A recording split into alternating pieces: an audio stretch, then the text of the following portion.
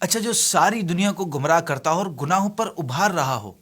His only mission is to destroy people, اور وہی کوئی ایسی بات بتا دے کہ اس وقت یا اس وقت مجھ سے زیادہ بچ کر رہنا ورنہ میں تمہیں تباہ کر دوں گا، تو اس سے بچنے میں کچھ آسانی نہیں ہو جائے گی؟ سو لسن، کہ شیطان جس کا کام ہی لوگوں کو گناہوں پر چلانا اور تباہ و برباد کرنا ہے، وہ خود اس واقعے میں، اس سٹوری میں ایسے 3 وقت بتا رہا ہے کہ اس وقت میں مجھ سے ذرا بچ کر رہنا۔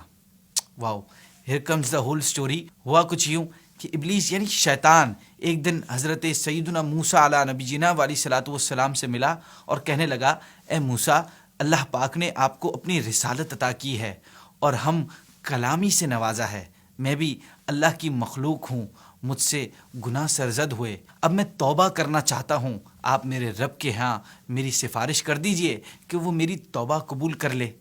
جب حضرت سیدنا موسیٰ علیہ نبی جینا والی صلاۃ والسلام نے اللہ پاک سے کلام کرنے پہاڑ پر تشریف لے گئے تو عرض کی کہ اے میرے رب العالمین، ابلیس چاہتا ہے کہ تو اس کی توبہ قبول فرما لے۔ تو اللہ پاک نے فرمایا، اے موسیٰ، تمہاری عرض قبول ہو گئی، اس سے کہو کہ آدم کی قبر کو سجدہ کرے تاکہ اس کی توبہ قبول کر لی جائے۔ حضرت موسیٰ نے ابلیس کو جب اللہ کا حکم پہنچایا تو ابلیس غصے سے بڑک اٹھا اور تکبر کرتے ہوئے کہنے لگا کہ جب میں نے ان کی زندگی میں انہیں سجدہ نہیں کیا تو ان کے وصال کے بعد کیسے کر سکتا ہوں؟ پھر کہنے لگا، اے موسیٰ، چونکہ آپ نے اپنے رب کے یہاں میری سفارش کی ہے اس لیے میرے ذمے آپ کا حق ہے، آپ مجھے 3 موقعوں پر ضرور یاد رکھنا، میں ان موقعوں پر آپ کو نقصان نہیں پہنچاؤں گا۔ نمبر 1، غصے کے وقت، کیونکہ میری روح آپ کے دل میں اور میری آنکھ آپ کی آنکھ میں ہے اور میں آپ کے اندر خون کی طرح گردش کرتا ہوں، لہٰذا غصے کے وقت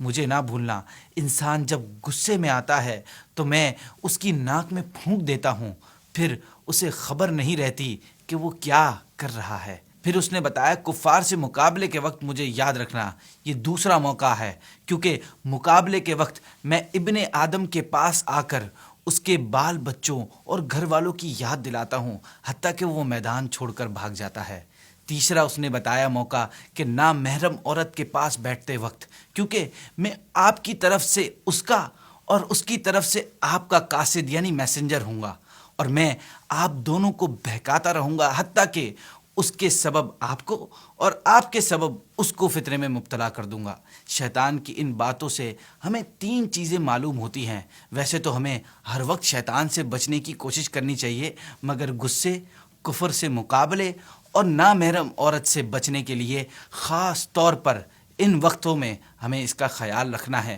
اللہ پاک ہمیں شیطان کے شر سے ہمیشہ محفوظ فرمائے، کیونکہ بھائیوں، یہ توفیق بھی ہمارا رب کریم ہمیں دیتا ہے۔ اگر یہ ویڈیو اچھی لگی ہو تو اسے ضرور شیئر کیجیے گا۔